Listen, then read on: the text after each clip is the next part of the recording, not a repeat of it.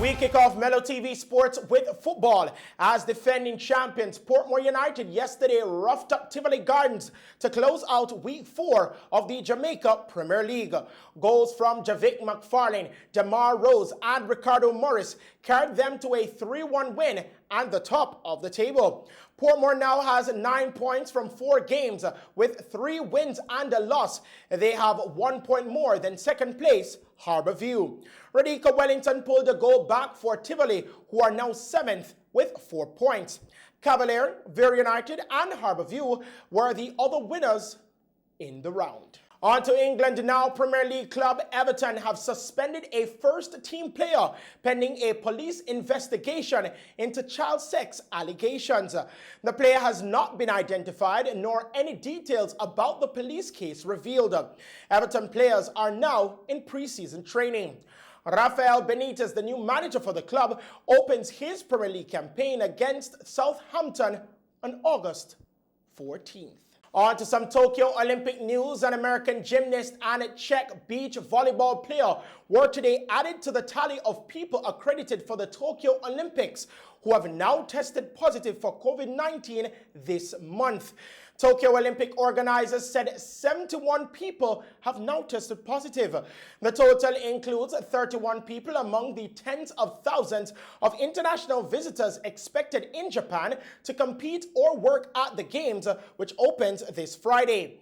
Positive tests for United States gymnast alternate Kyra Aiko and Czech team member Andrea Perusic were announced yesterday. Aiko was at a training camp in Chiba Prefecture and Perusic stayed at the Olympic Village in Tokyo Bay. Both went into 14-day quarantine.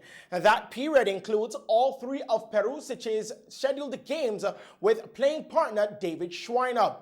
A new case among 13 added to the official total today includes a game-concerned personnel, a category including team officials and sports staffers in Tokyo who is not staying at the village.